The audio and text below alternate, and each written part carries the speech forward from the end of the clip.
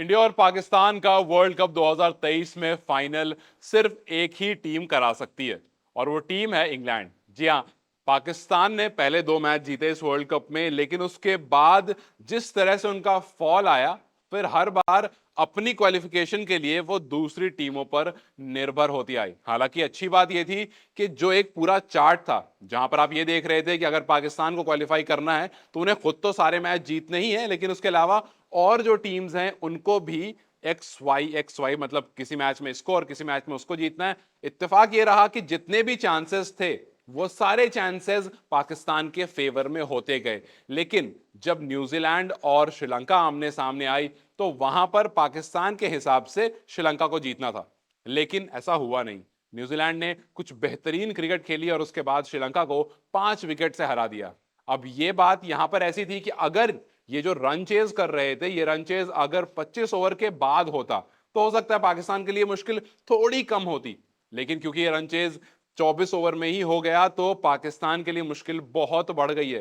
तो अब तक तो पाकिस्तान के फेवर में बहुत सारे रिजल्ट्स आए, चाहे वो ऑस्ट्रेलिया का जीतना हो यानी अफगानिस्तान का हारना हो, या फिर उसके पहले और भी कोई से मैचेस के रिजल्ट आप उठा करके देख लो। लेकिन अब आ गई है बात लास्ट राउंड पर, मतलब फाइनल मैच पर। तो इंग्लैंड और आपको पाकिस्तान सैटरडे को आमने सामने आएगी। कुछ हिसाब किताब है जो मैं आपको बता देता हूं कि किस केसेस में पाकिस्तान का क्वालिफाई होना पॉसिबल है।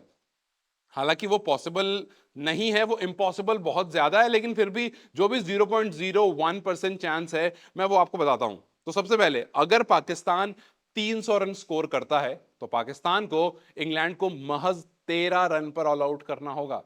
ये आपको दिख रहा है कि कितना ज्यादा इंपॉसिबल है 13 रन पर एक टीम को ऑल आउट करना, और वो भी इंग्लैंड जैसी टीम को। हालांकि फॉर्म बहुत अच्छी नहीं रही है, लेकिन फिर भी ये बहुत ज्यादा इंपॉसिबल साउंड करता है।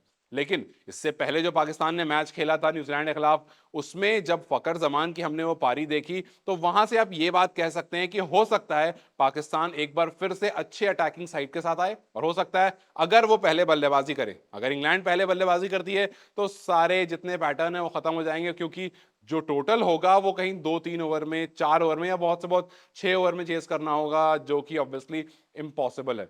तो बात करेंगे जहां पर पाकिस्तान पहले बल्लेबाजी करेगा। तो पाकिस्तान 300 रन, जैसा मैंने आपको बताया, अगर 300 बनाता है तो 13 रन पर ऑल आउट करना पड़ेगा। चलिए मान लेते हैं एक बार को कि पाकिस्तान की वही बल्लेबाजी हमें देखने को मिलती है जहां पर फकर जमान बहुत अच्छे फॉर्म में थे, जहां पर अब्दुल्ला शफीक भी नॉट सो बैड, ठीक ठाक टच में दिख रहे थे, जहां पर बाबर आजम भी अच्छे टच में दिख रहे थे, और जहां वो 400 चेज करने उतरे तो एक विकेट के नुकसान पर 200 बना दिया था, और वो भी काफी कम ओवरों में। तो अगर कुछ वैसा हमें देखने को मिलता है और पाकिस्तान को जब पता है कि हमें एक बड़ा स्कोर रखना है इंग्लैंड के सामने, तो हो सकता है वो अच्छे अप्रोच के साथ आए, और अच्छे अप्रोच में हो सकता है वो 400 बना दे। अगर पाकिस्तान 400 बनाती है तो उसे इंग्लैंड को 112 रन के अंदर अंदर ऑल आउट करना होगा। अगर ऐसा कर लेते हैं तो वो सेमीफाइनल में जा सकते हैं, और अगर वो सेमीफाइनल में जाते हैं तो वो किसके साथ खेलेंगे? वो खेलेंगे इंडिया के साथ। अगर मान लिया कि वो 450 बना देते हैं, क्योंकि 400 हमें बनता हुआ दिखा है, हमने हमें बड़े स्कोर इस टूर्नामेंट में दिखे हैं, तो मान लेते हैं एक बार को कि पाकिस्तान बहुत अच्छा खेलती है, बल्लेबाजी बहुत अच्छा करती है और वहां पर 450 रन बना देती है स्कोर बोर्ड पर। उस केस में इंग्लैंड को 162 के अंदर अंदर ऑल आउट करना होगा। अब आते हैं एक और बात, मान लेते हैं, मान लिया बहुत अच्छे फॉर्म में फकर जमान ने 150-200 रन मार दिए, आपको बाबर आजम ने भी 150-200 रन मार दिए, और स्कोर बन जाता है रिकॉर्डिंग 500। मतलब हालांकि ऐसा स्कोर बना नहीं आज तक, बट इन केस मान लेते हैं कि 500 जैसा विशाल टोटल हमें सेमीफाइनल के लिए सब कुछ पाकिस्तान दांव पर लगा देता है, पूरे बेस्ट क्रिकेट खेलता है अपने, और 500 रन बोर्ड पर लगा देता है, बट उस केस में भी आपको इंग्लैंड की टीम को 211 रन पर ऑल आउट करना पड़ेगा। तो अब इतना बड़ा टोटल बन पाएगा इंग्लैंड की बॉलिंग अटैक के सामने या नहीं? बहुत मुश्किल है। तो 500 तो खैर नहीं, बट अगर 400 या 450 टीम बना देती है तो उस केस में पाकिस्तान को अपनी बेस्ट बॉलिंग अटैक दिखाना पड़ेगा, और उसी केस में जाकर के अगर आप 112, अगर आप 400 मारते हो तो 162, अगर आप 450 मारते हो तो इस स्कोर पर अगर इंग्लैंड को ऑल आउट कर देते हो तो you will be in the semifinal, और आप खेलते रहोगे इंडिया के साथ। इंडिया के साथ आपका सेमीफाइनल होगा।